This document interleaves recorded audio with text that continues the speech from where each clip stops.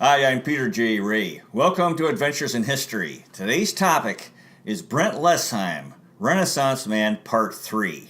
Okay, so welcome.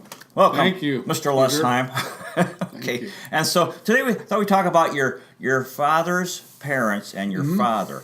So first of all, maybe you could tell us the name of your father's father and about him and his life. Okay. My dad's father's name was Alfred Lesheim. I don't know the middle name. And he was born in a part of Poland called Silesia, and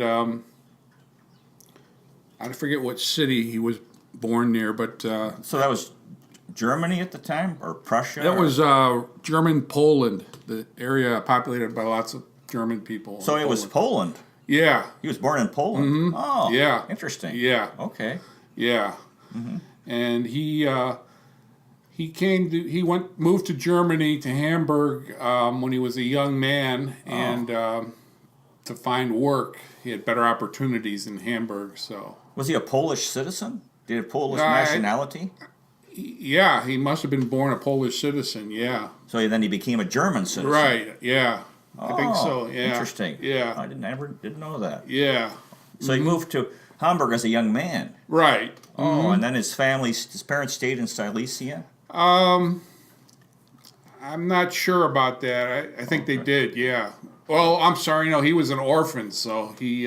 Oh, Yeah, both his parents, his father passed away when he was a young man, and his mother, I don't recall what happened to her, but he was an orphan. so his parents died when he was. I think so. Very yeah. young. Yeah. He was put in a Jewish orphanage when he was a kid. In Silesia. I think so. Yeah. And so did he remember his parents? Yeah, he remembered his parents. Yeah. So he was like, what, 7, 8, 9? Yeah, probably around there. Yeah. So he was Right. in a regular home, and then he was put in an orphanage. Right, And they right. both. How did they die? His father was a World War I veteran, and he got shrapnel wounds from the war, and he died from those wounds after the war. He didn't last too long after. A few years after the war, I think in the early 1920s, he passed away. So. Okay. Or, yeah, something like that. And then his mother. Yeah, his mother. I think his mother had some depression, maybe, and she was kind of frail, and so she had to. I think she had to stay in a sanitarium a lot of times. So She was sickly. yeah, right. Did he have siblings? No, he didn't have any siblings. No, Did he tell you about life in the orphanage? no, he never talked to me about that. I mean, my dad knew more about it than I did, but he didn't even talk to his son, too much about that. So So that was tough. yeah, I guess it was not a happy place for him. So after he got out of the orphanage, did he move to Hamburg then? No, I think he moved in his early 20s. Oh, he was in Silesia, then Yeah. moved to Hamburg. Yeah. Okay, so Yeah. tell us more about his life. Alfred Lesheim. Yeah. Well, he lived in Hamburg, and they lived in a small tenement apartment in Hamburg, and Why did he move to Hamburg? Did he have relatives there? no, I think he moved because of better job opportunities than they had in Poland. So Did he go to college? no, he did not go to college. So no. he didn't know anyone in Hamburg. He just No. went there. Yeah. Oh, and what Yeah. kind of work did he do?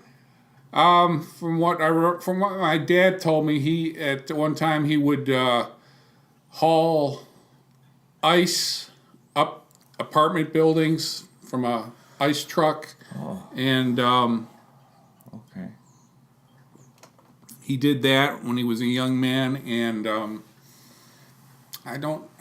he did mostly labor type work. Mm-hmm. Yeah. Okay. Yeah. I just remember Dad saying he had to haul ice up on his back like four flights of stairs. So Okay. yeah. So Did he do any skilled labor like carpentry or? No, I don't know. So it was these tough jobs. Right. Okay. Yeah, Right. yeah, Okay. yeah. And he was very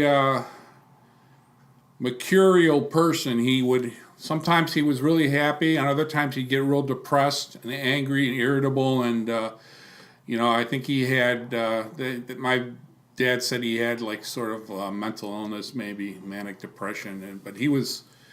He had a rough life, so Right, yeah, right. but Rough childhood, tough work. right, yeah, Right. yeah, Okay. and he had you asked about him having brothers or sisters.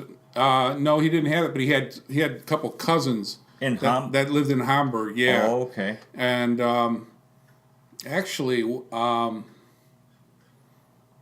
maybe he did have a brother. It was a brother or cousin, and they had he had a wife, and they had 3 daughters, and all 3 of them were sent to the concentration camps during World War II, and they all died there. Oh, and my grandfather and my father and my father's mother, they went to the train station to see this family off when they were leaving for Poland, and that was the last time they ever saw them. So, Like those cattle cars. yeah, I don't know if it was cattle cars, but I know for some Jews, the Western European Jews, they were considered more sophisticated, and so they would put them in like nice passenger cars to settle them, so they wouldn't be as shocked and get as nervous and riot and like cause a disturbance. They wanted everything to go as smoothly as possible. Right. So yeah, I don't know. But when they left, did they believe they were going to die? Or? I don't know. I really don't know. They just, they knew. There was fear, though. I know that. And they never saw him again. No. Wow. And I think my dad said they all were when they went to Poland, but my dad didn't know where in Poland, what camp they went to in Poland. He says he thinks they maybe went to Auschwitz eventually. So he lost all. Did he lose all of his relatives in the Holocaust? Yeah. Yep. Except his father, who was Jewish. So. No, I mean when I'm talking about your Alfred Lesheim, your father's father lost his relatives. Right. Okay. Okay. Yeah. Yeah. So. Yeah. So and then eventually he was arrested. Yeah, he was arrested in I think it was 1938, the night called Kristallnacht, when the Nazis came and looted Jewish-owned businesses, and they killed like several hundred Jews that night around Germany.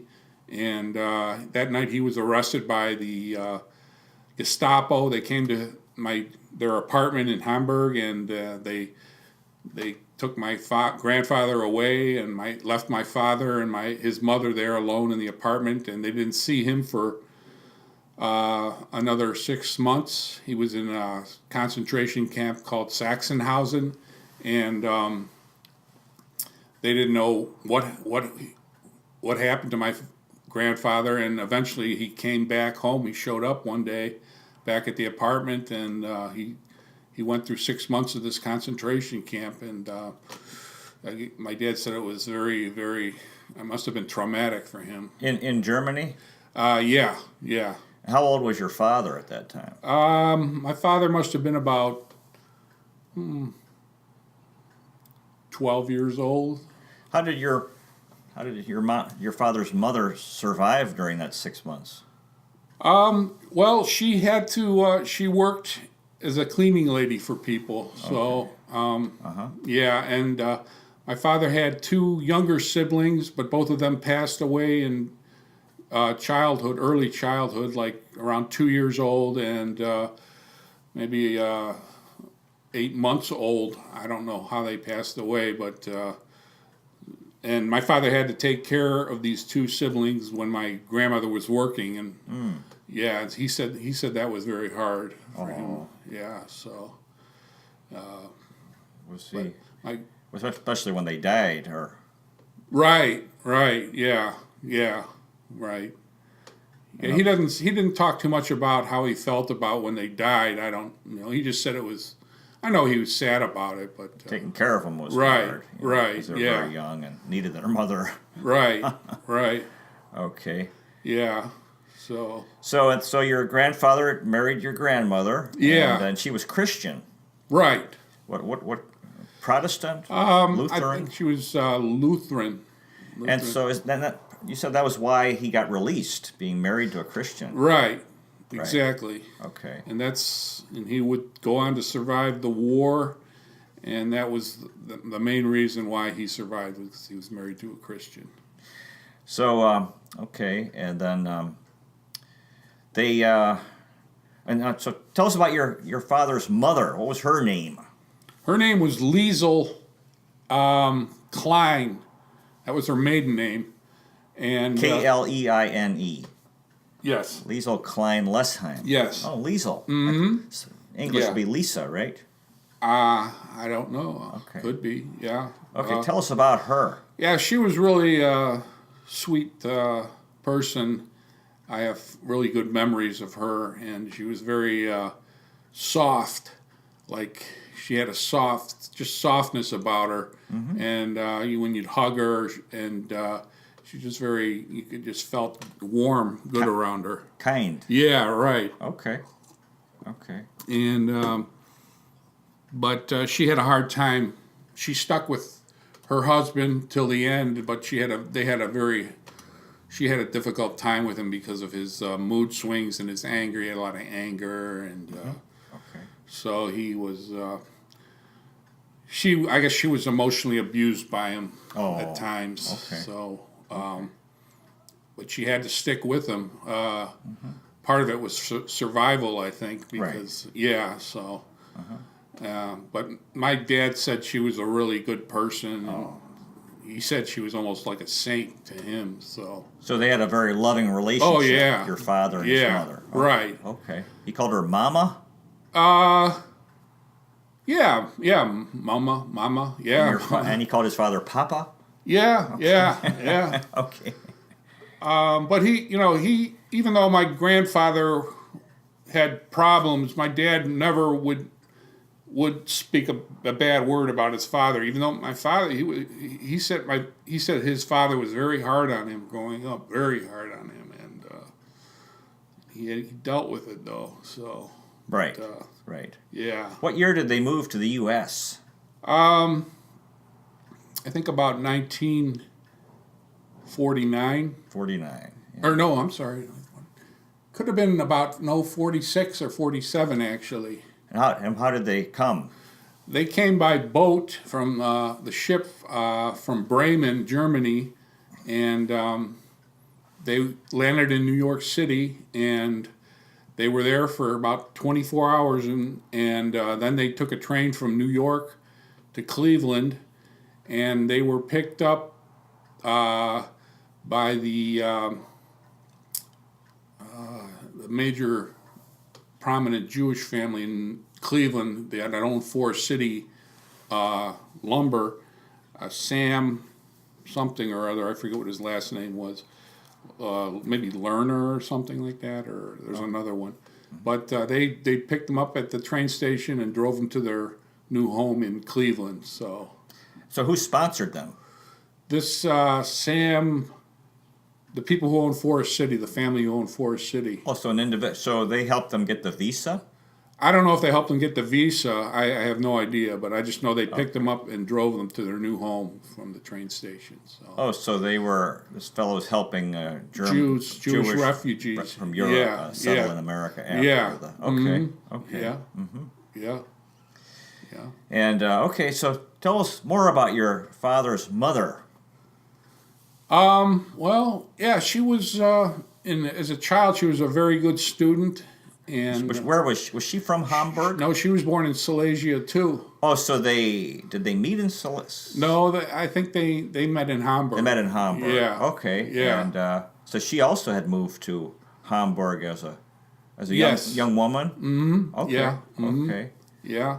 What type of childhood did she have in Silesia? Well, she was her family were farmers. Oh. They had a small farm, and she had 2 sisters, and I met one of them when we went to visit Germany in 1972. She must have been in her early 90s. She was living in a little one-room apartment in Hamburg, and she was when we saw her, she was crying and everything. We visited her because she hadn't seen my father in over, I think it was about 30 years. So she was really happy to see him, and she remembered my dad. This is your father's mother's sister? Yeah. And did she see her sister again? Did they go back? Yes, they did. Oh, yeah. Okay. But not during that particular visit. No, they went earlier. They went. My grandfather and grandmother went back to Germany sometime in the early '60s to visit, and they also went back to Silesia to visit some people. I think some extended family. I'm not sure, but Behind the Iron Curtain. Right, yeah, yeah. Wow. Yeah. So she moved to Hamburg to Get better opportunities, life opportunities. I guess because where they were living in Poland, there wasn't very good. I mean. So you have a Polish background. Yeah, a little bit. Yeah, right. Or German-Polish background. Right. Right. So she was German also. Oh yeah, German-Polish. Right. Okay. Yeah. And Yeah. And did she have family? Why did she have family in Hamburg that she stayed with when she moved to Hamburg? I don't exactly know if she did. I don't think so. I think she went on her own too. But yeah, and she was a seamstress, and so, and she was a house cleaner and housewife, German housewife, and yeah, so. Kirschkuchen und Kinder. Yeah, right. So they moved to. So tell us about your father. Your father, my dad. What was his name? Hans Joachim Lesheim. Okay. Mm-hmm. And you know a lot about him. Yeah, I know. I know some things. Yeah. He. Tell us about his life. Well, he was born in 1929, March 28, 1929, and he grew up in this tenement house in Hamburg, and there was a bomb shelter across the street from their apartment, and I remember he told me stories of when the Allies would come and the British and the Americans would come at night, usually, and bomb the city, that the whole family would go down into this bomb shelter with other neighbors from the apartment block, and they would wait out the air raid. And he said it was very bad. He said one time they came out of the bomb shelter, and he was just looked around. He said everything he could see was on fire, and part of their building was destroyed, but their apartment was not hit, but I guess most of the building was destroyed. So their building, yeah, and they continue to live in their part. Right. Yeah. Okay. Yeah. So their apartment was never completely destroyed. No. Okay. Wow. No. And so that was his childhood. Born in 29, the war started in in 39. Right. By the bombing in 40, so he was 11, 12, 13. Right. Okay. Mm-hmm. Went to public school. Yeah, he did go to public school. He, right. Well, actually, no, he went to I think he went to a Jewish school, or I know he had to wear a designation that he was partially Jewish, and so I don't think he couldn't go to German gymnasium because he was partially Jewish. Oh. Even though he qualified for it, he was smart enough to do it, but they wouldn't let him in because he was part Jewish. Right. Yeah. Oh, wow. Yeah. So did he tell you about school? Your father's Yeah, he said days? he was just, he was a good student, and he liked school, and he was also into sports. He played a lot of soccer. He ran track and field, and he liked playing games in the street with other kids. They would play this game with marbles, where they would flick it with the marble with their thumb. And he said he was really good at that. Oh. And he would usually collect all the other kids' marbles by winning. And then he would go up to his apartment building on the balcony, and he would drop all the marbles, and all the kids would be waiting down below, and they would all pick up the marbles because he liked doing that. He liked, Would they wouldn't break? well, maybe some of them broke. Yeah, I mean, yeah, they were glass marbles, but he just liked to drop his winnings and give them back to the kids. And then win them back. Maybe that was a way of making friends, And win them back later. Right, exactly. Keep That's the what he game said. going. Yeah. Oh, that's wonderful. Yeah. Now, he said, my memory is he said he was the fastest young man in Hamburg, Germany in 1938, but that would have been when he was only 9. So that must have been, he said he was born in 29? Yeah. In his age bracket. Oh, okay. He, let's see, it must have been about, I think it was a 15 or 16, actually. So, yeah, 29. I don't know. I don't know. I'm not exactly sure, but he said that's what he was when he was a young teenager. So, yeah. And he said something about getting into fights and... Yeah, because of the Judaism that he had. Sometimes kids would try to, they would pick fights with him, and he'd have to run because they were after him. They wanted to beat him up. So he said that's why he was a pretty good runner. Oh, boy. And didn't he get in a fight once, and then he beat up a guy, and the guy's dad came out? Something like that? And he had the guy's dad after him? Yeah, he might have. I know one time he said he was riding on this country road on his bicycle, and another kid was coming the other way, and he said him and the kid just looked at each other, and I guess my dad, when he was a kid, he was, sort of angry being picked on, and he kind of got fed up with it, and he just challenged this kid, and this older kid, bigger kid, and the kid beat him up, he said, pretty bad. My dad said he learned after that not to, challenge people like that, so... He said he learned his lesson. There was a story about eggs. Right. They had to go out of the city to get food, right? There was no food in Hamburg? Right. They had to leave the city after a bombing, and my grandmother packed a suitcase full of eggs, raw eggs, and I guess all the eggs, most of them broke in the suitcase, so that was disappointing for them because they needed that. So where were they going? They were getting out of the city just because of all the bombing. Right. Where did they stay in the country? I don't know. Well, actually, no. My grandmother had a sister that lived in the country on a farm, and they would periodically go out to the farm and live on the farm with my grandmother's sister.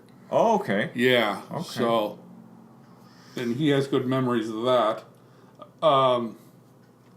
In the country, she lived near the Elbe River, and he remembers playing on the Elbe River with other boys, and they had these barges that would go down the Elbe, up and down the Elbe, and they would swim in the river, and he said they would climb onto the barge as it was slowly moving down the river, because there was like a rope or something hanging off the barge, and that's how they would get on the barge. And the barge was so long that the captain couldn't, tell the kids to get off the barge, and eventually they would jump off the barge, and they would, the river would take them. They would flow back down with the river, and then they would do it again, and they had fun doing that. So it would take going upstream, right? And they float back, right, yeah. And another barge would come, right, yeah. Oh, okay, yeah, right. And sounds like fun. Yeah. Oh, yeah. He had fun. Yeah. Yeah. Okay. And another time, he told me he swam across the Elbe once, and he said that was a wide river. I don't know. He said it must have been about at least a mile, maybe. And he said that large ocean liners would be going by, and when he would be swimming, they'd have to, wait for a ship to pass by and stuff. He said it was pretty dangerous, but he said he had good memories of that, though. Swimming. Yeah. Right. Yeah. During the war. Yeah, I think so. Yeah. Mm-hmm. Okay, so tell us more about anything else about his childhood in Germany or his life in Germany. Well, he loved playing soccer. That was his passion, and he was pretty good at it. And I remember he said he used to play with gypsy kids playing soccer because he couldn't play on the normal German so-called Aryan whatever teams, but he played games with these gypsy kids. And wow. Yeah. So did he tell you about the gypsy kids? He just said, that he befriended them, and that's cool. Yeah, and he said, they accepted each other because they were both, soccer players. Right, soccer, and and because they were also, politically undesirable. Right, so. same, being persecuted. Mm-hmm. Right, yeah. Yeah, so by the Nazis. Right, and. Did he graduate high school in Germany? Yes. Mm-hmm. Okay. Yeah. And then did he start working there? And yeah, he started working when he was 16 or 17 for a German pharmaceutical company. Because Germany, I guess, was big in the pharmaceutical industry. I think still is today. But and they would make this medicinal licorice in this pharmaceutical. It was like an herbal thing, and it would come in little shapes of stars, 5-pointed stars, and he said he used to lick his hand like that and then put the stars on and make designs with the stars, and he would just lick the licorice because as a grown-up, he loved black licorice. Okay. Yeah. So. And then shortly after that, they moved to the U.S. Yeah, I think about 1947. So he would have been 18. Mm-hmm. Right, exactly. And came here to Cleveland. Right, right, yeah. And then he went to college, right? Yeah. Ohio State? Ohio State, in Columbus. Yep. Right. Yep. So where did your dad and his parents live here in Cleveland when they first came to Cleveland? When they first came here to Cleveland, they lived on the east side of Cleveland, and they lived in 2 or 3 different places. One was off East 105th Street in Cleveland, and another was off Chester, and then it must have been the early 50s. After the Korean War, they moved to South Euclid. They bought a little bungalow in South Euclid. On the east side? Yeah. Up the hill. It's like Cleveland was down here, and you would have to drive up this long Euclid. The suburbs were up here, so it was interesting. And then, how do you ended up over here on the west side? Did the family move to the west side? No, his parents stayed in South Euclid, and he met my mother when he was going to Ohio State, and in Columbus. Right. No, she was not going to Ohio State. She was going to Case Western Reserve, and he met my mother through a roommate of his who was Latvian, because my mother's Latvian, and my mother dated this Latvian at one time, but then they broke up, and my father was wanting to find someone to date, and this Latvian man introduced her to my dad. So this was a college friend from Columbus. Yeah. Right. Was from Cleveland. And, right. And knew your mom. Right. Okay. Yeah. And so when they were dating, he was living in South Euclid with his parents. Right. And then she was living on the east side also. No, she was living on the west side in Lakewood. Oh, so he had to drive all the way over here. Right. To visit. Right. Oh, to court your mother. Right. Yeah. How long after your father came, or his family moved to the U.S., here to Cleveland, he must have worked for a while before he went to college, right? Well, yeah. I mean, he was in the Army during the Korean War for 2 years before he went to college. And then before that he was working. must have been working here in Cleveland, right? Oh, he went when he was 18. He went to East High School for language classes, I think. And okay. yeah, and then he was working as a plasterer for a while, plasterer's apprentice for a while, for a year or two, and but he hated that job. He said it was very hard, all day, like putting plaster up with your head to hold your hand up and everything. And he said the lime in the plaster, if it got in your eyes, you could go blind. Yeah, so he did not want to do that, but his father wanted him to become a master plaster, but he wouldn't. My dad wanted to go to college, so then he was drafted into the Army. Right, and for 2 years. Yeah, and was in Japan and South Korea. Just Japan, not South Korea. Just Japan. It was the Korean War, but he never went to South Korea. No. Okay. Okay. Yeah. How long was he in Japan for? Must have been, I think, most of the time he was in the Army. Did he talk about that? Yeah, he talked about it.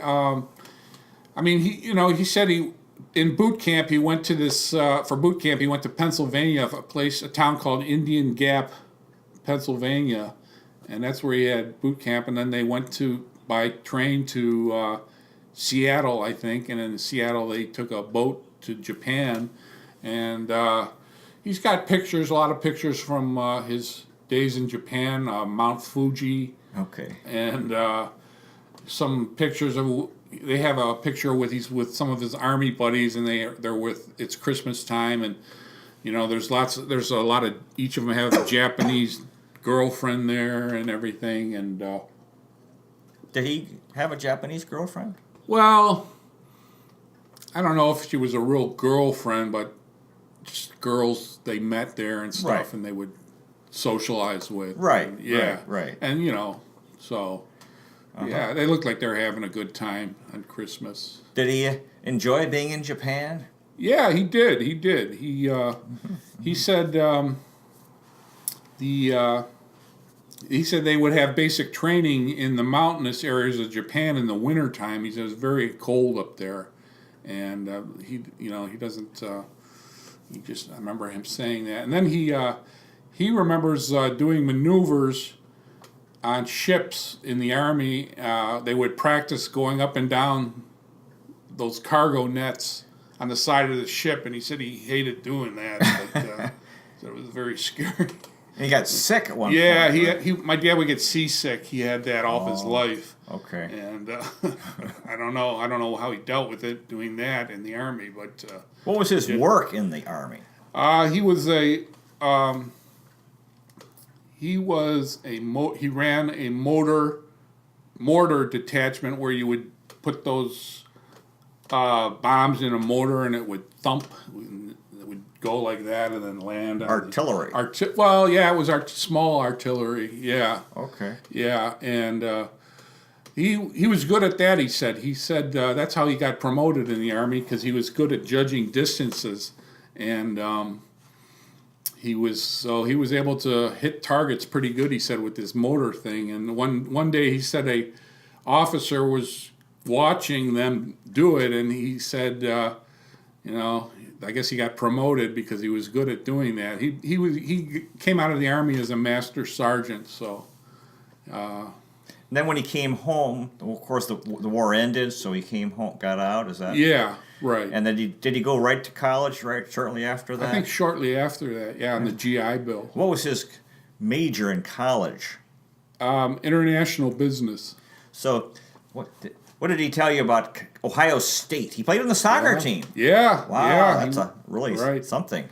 Yeah, he was on the he was an All-American soccer player, I think, for 2 years. He was the captain of the team, I think, for 2 or 3 years, and this was right after the Korean War, and he has really good memories of Ohio State. He loved being in college. And did he ever think of being a professional soccer player? I don't know if he did or not. I mean, if the opportunity would have presented itself to him, I mean, if someone would have felt confidence in him to do it, he would have done it. But you don't remember asking him that question? No, I don't. No. Okay. And he went to Mexico for a year and part of college. Yeah, I think more about 6 months. Yeah, as a college student. Yeah, he wanted to see the world. Wonderful. Right. Here he's a German immigrant and goes to Korea and Japan and then he's here and he's in the U.S. and he goes to Mexico as a student. Wonderful. Mm-hmm. What did he say about Mexico? Well, I guess he stayed mostly in Mexico City, and he, I think he would maybe took 1 or 2 classes at the University of Mexico City there, and he just, it is interesting. I mean, back in the 50s. He enjoyed the Mexican people? Yeah, he did. He did. And that's why we went back as a family to Mexico in 1974, because he remembered, having a good time there. Did he see any of his friends from when you guys No, he did not. Not in Mexico. I mean, he had a few college friends he would visit, like when we were children. They would keep in touch and stuff. So. So after college, what kind of work did he do then? At first he worked in a men's clothing store and downtown. Okay. And I guess he did that for maybe a year, but he didn't really enjoy that too much. He said the boss was not a good boss. He was pretty mean and everything. And then he got a job for Minnesota Fabrics, and he worked there for a while. And in the 1962, he went off on his own and opened his own drapery business, and he worked out of the garage of their house in Cleveland in West Park, in the West Park neighborhood over on St. James Street, and that's how he started his drapery and upholstery business, 1962. And by then he was married. Yep, he was married to my mom. Okay. Yep. Mm-hmm. Okay. So tell us more about your father's personality and your memories of him. Your own memories of him. Yeah. No, he had a good personality. He was always usually when he would see us, he would be smiling, and he tried to keep things light. Okay. Yeah, and he was a good guy. I felt comfortable around him, and I felt that he loved us, and he just loved. I guess he loved. My mom's mom said that he was definitely a family man, and loved being around, having the family, and he got you into soccer. Right. Got me into soccer when I was 9 years old. So you have a lot of soccer memories with him. Right. That's how that was the common connection for us with soccer. Uh-huh. Yeah. So. You have fond memories of soccer with your father? Yeah. I mean, sometimes he would get on me a little bit for not playing well or doing something, not giving enough effort, and he would. But it wasn't too bad. It wasn't severe or anything. But it was some criticism I didn't always like. But he was funny. Yeah, he was funny. Okay. Yeah. He liked to laugh, definitely. He liked to sing too. Yep, loved to sing. He liked Christmas carols. He'd lead Christmas carols. At the Christmas party. Right. Lead the singing. He'd pass out Christmas song sheets forever. I think I still have that. Oh, yeah, okay. Because it was nice. I think he must have typed it up himself. Yeah. That was good. Mm-hmm. Yeah. And good. And he was kind. Yeah, he was. He was kind. Yeah. Right. Mm-hmm. Right. Yeah. And peaceful. Yeah, he was pretty peaceful, except when you get on the soccer field. The coach, he could get into arguments with referees sometimes and other coaches. And a couple of times one time a guy told him that, he's no good. You're no good, you're a jerk, And my dad, he could shrug stuff like that off pretty easily. It didn't bother him taking criticism, but he would... He told your dad? Who said that? This guy at we were playing this German-American team, Concordia, And my dad was doing a lot of yelling during the game and criticizing the referee's calls, and this German guy from the other team called him, something along the lines of a jerk. And my dad said, "No, I'm not a jerk."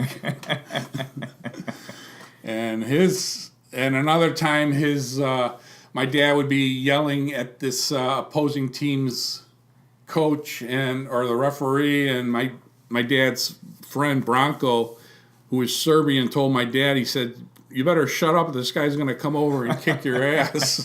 So my dad would shut up. But and your father was very polite, right? Yeah, he was polite. Yeah, in the German way. Very respectful. Yeah, right. Of others. Right, right. Yeah, so. And he enjoyed Gemütlichkeit. Right. Yeah. Yeah. So, anything else about your father or his mother and father, the three of them?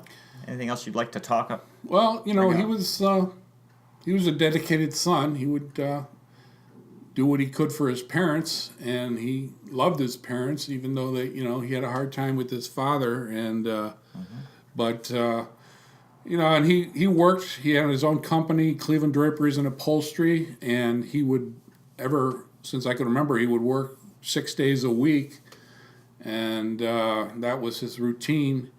And when he came home, he was always in a pretty happy-go-lucky mood. So. And but if he'd take time off from work for your soccer games. Oh yeah, whenever there was a soccer event, he would take time off. Yeah, any day, whether Monday through Sunday. Yeah. And would the store stay open? Yeah, he had a woman. Her name was Maya Grenza. She was Latvian, and my mom was friends with her, and she worked for my dad, and she would run things when my dad wasn't in the office. And she really knew the business. Oh yeah. She was a expert seamstress, and right. And let's see, I was thinking of your dad. And your father was very interested. I knew your father. He was very interested in learning, also. Oh yeah. He loved learning. Mm-hmm. And he got interested in like the Wall Street Journal and international things. Right. He was definitely interested into other countries, what they were doing politically, and he.